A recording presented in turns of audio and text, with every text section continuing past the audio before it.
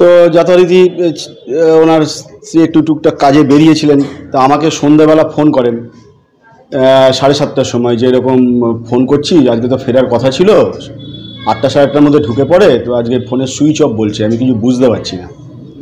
ঠিক আছে, আমি বাড়ি যাচ্ছি, গিয়ে দেখছি। তো আমি বাড়িতে আসার পরে তারপরে ওনার নাম্বারে ফোন করি অনেকবার, ফোন করার পরে যখন দেখছি কিছু ফোন রেসপন্স পাচ্ছি না, তখন ওনার প্রতিবেশী কয়েকজনকে আমি বলি, তাদের মধ্যে কারোর সঙ্গে হাওড়া জিআরপি ফোন নাম্বার নিয়ে জিআরপিতে ফোন করে। তখন ওনারা বলেন যে আজকে কাটিহারের এক্সপ্রেস সকালবেলা যখন ঢুকেছে তখন আমরা একটা ডেড বডি পাওয়া গেছে। তো আজকে রাত্রে তো কিছু করা যাবে না, আপনারা কালকে সকালে আসুন, এসে বডি আইডেন্টিফাই করবেন মঙ্গলবার দিনকে। তো সেদিনকে তারপরে আমরা ওনার ওখান থেকে একজন ফোন করেন নাম্বারে, তার নাম্বারই ফোন করে যে একটা ছবি পাঠান। তো ছবি পাঠানোর পরে ওনারা 10 মিনিট বাদে জানান যে ছবির সঙ্গে বডির মুখায়ব 95% মিলে গেছে, বাকিটা আমরা বলতে পারছি না, আপনারা আসুন আইডেন্টিফাই করবেন। তো সকালবেলা কালকে আমরা যে লোকজন যায়, এখান থেকে সব যায়, আত্মীয় স্বজন সবাই যায়। তো গিয়ে বডিটা ওনারা যখন দেখান তখন দেখে ওনারা বলেন যে এ তো মার্ডার, কারণ মুখের মধ্যে রক্তের দাগ, দাঁতটা ভাঙা এবং পেটে 2-3 জায়গায় ভোজালির কোপো রয়েছে। তো এ তো মার্ডার হয়েছে। বলে আপনারা কী করে বুঝলেন? বলে হয়তো দেখে বোঝা যাচ্ছে। যে যাই হোক, তো তারপরে যথারীতি আমি যাই এখান থেকে, ওনারা বলেন যে একটা পঞ্চায়েতের থেকে একটা সার্টিফিকেট, লোকাল পঞ্চায়েতের একটা সার্টিফিকেট লাগবে, হার্ড কপি, কারণ উনি যে ছেলে, তার না ছেলেকেই যে বডি হ্যান্ড ওভার করা হবে, এটা যেন কার, ওনার নাম হচ্ছে সৌমিত্র চ্যাটার্জি। উনি তবলাবাদক, উনি 12 বছর রামকৃষ্ণ কাটিহার রামকৃষ্ণ মিশনের তবলার শিক্ষক ছিলেন। তারপর ওখানে কিছু স্টুডেন্টদের উনি তালিম দেন, সঙ্গত করেন। বালিতে কোথায় থাকে? বালিতে এইখানেই থাকে, এখানেই থাকে এখন। আর উনি ভাড়া থাকেন, তো উনি বিভিন্ন জায়গা থেকে হয়তো 2 বছর 3 বছর অন্তর অন্তর ঘোষপাড়া বাড়িতে চেঞ্জ করেন। আগে উনি থাকতেন কাটিহারে, ওনার জন্ম, ওনার আসল বাড়ি ছিল ওনার কাটিহারে। কাটিহারে ওনার বাবা যেহেতু রেলে চাকরি করতেন, তো ওখানেই ওনাদের রেলের কোয়ার্টার ছিল আর কি। তো সুতরাং ওখানেই জন্ম থেকে বড় হয়েছে, মানুষ ওখানে পরিচিত।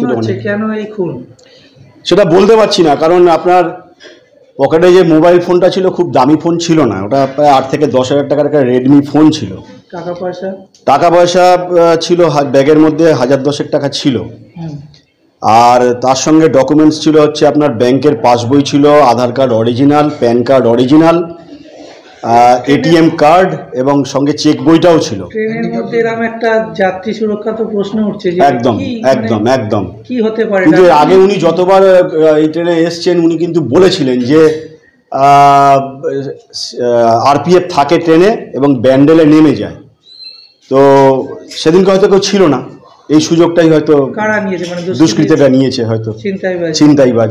এবং ওনার ফোনটা যেটা ছিল সেটার ক্যামেরাটা, পেছন দিকের ক্যামেরাটা ছিল খুব গর্জাস, মানে দূর থেকে দেখলে মনে হয় একটা আইফোন। কিছুই পাওয়া যায়নি, তো কিছুই পাওয়া যায়নি, ব্যাগপত্র কিচ্ছু পাওয়া যায়নি, ফোনটাও পাওয়া যায়নি। রেলের তো একটা বড়সড় গাফিলতি মনে হচ্ছে। একদম একদম একদম একদম হ্যান্ডিক্যাপ কম্পার্টমেন্টে তো আরপিএফ থাকা উচিত। মানে অনেক তো ওনার তো নয় হাতের প্রবলেম আছে, এবার অনেকেই তো আছেন যারা কি বলবো সত্যিকারের হ্যান্ডিক্যাপ, তাদের তো সমস্যা বিভিন্ন হয়। এখানে তো রেলের একটা, মানে আপনারা, আমি ওনার শ্যালক। এখানে থাকে, এটা তো ওদের ভাড়া বাড়িতে থাকে, আমার বাড়ি তো আলাদা জায়গায়। আমি এখানে এসেছি আজকে সকালবেলা, একটু দেখতে এসেছি।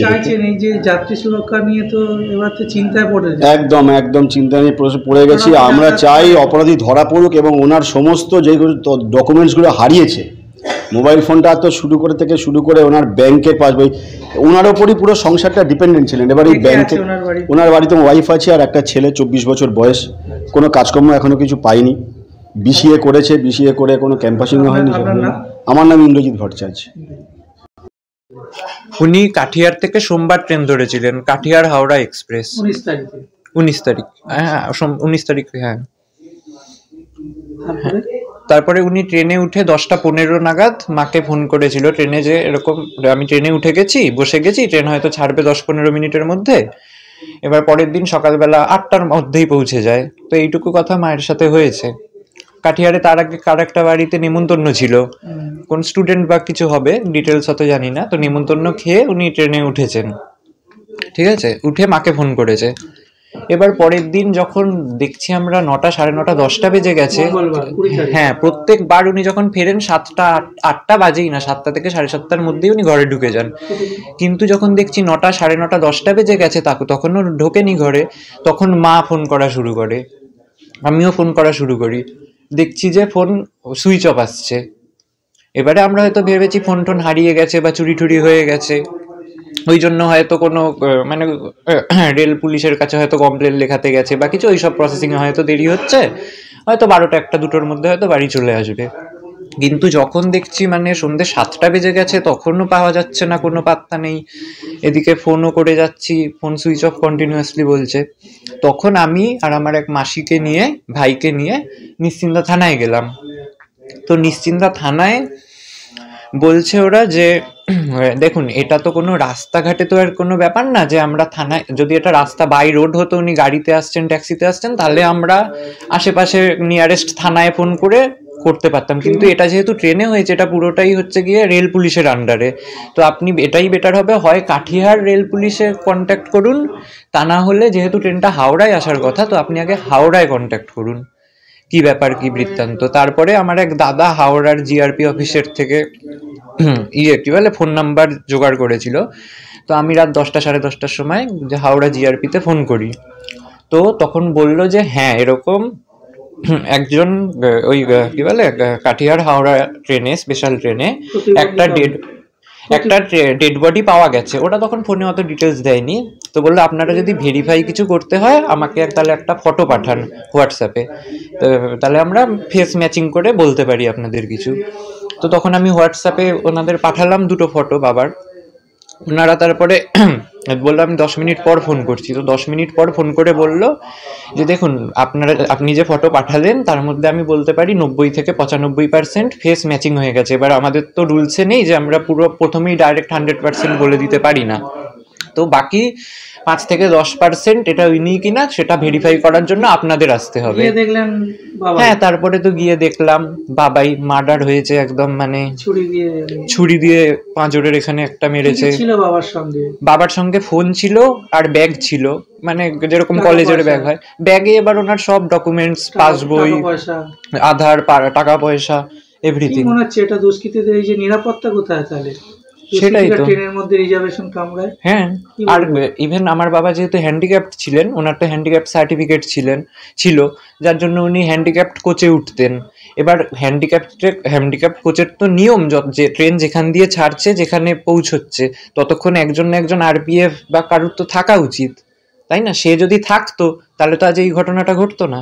আপনারা তাহলে কি নিরাপত্তার অভাব বোধ করছেন রেলে? অবশ্যই করছি। কি করে দাবি করছেন রেলের বিরুদ্ধে? কোনো রেলের তো আমরা তো দাবি করছি ক্রিমিনাল যত অ্যাজ সুন অ্যাজ পসিবল যেন ধরা পড়ে। আপনার নাম? আপনি কে হন? আমি অর্ক চ্যাটার্জি, যিনি ভিকটিম তার ছেলে, আমি একমাত্র ছেলে। আমি বলছি প্লাস্টিক টাইপের ব্যাগে অসুবিধা নেই।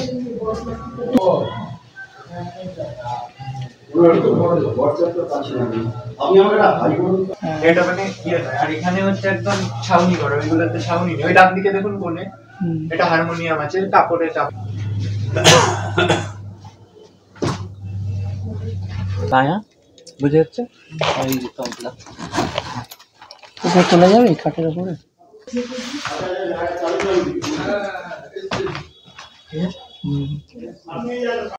কথা বলা, ইন্টারভিউ সব চলছে, তারপরে আমি এক্ষুনি বেরোবো, ঠিক আছে? এখন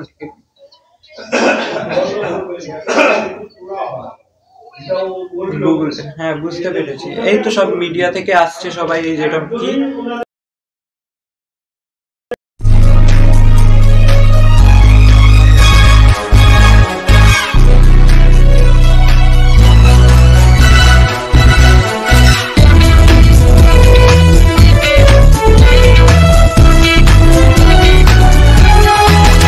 আপনারা দেখছেন এনপিএস নিউজ, সবার সাথে সবার মাঝে।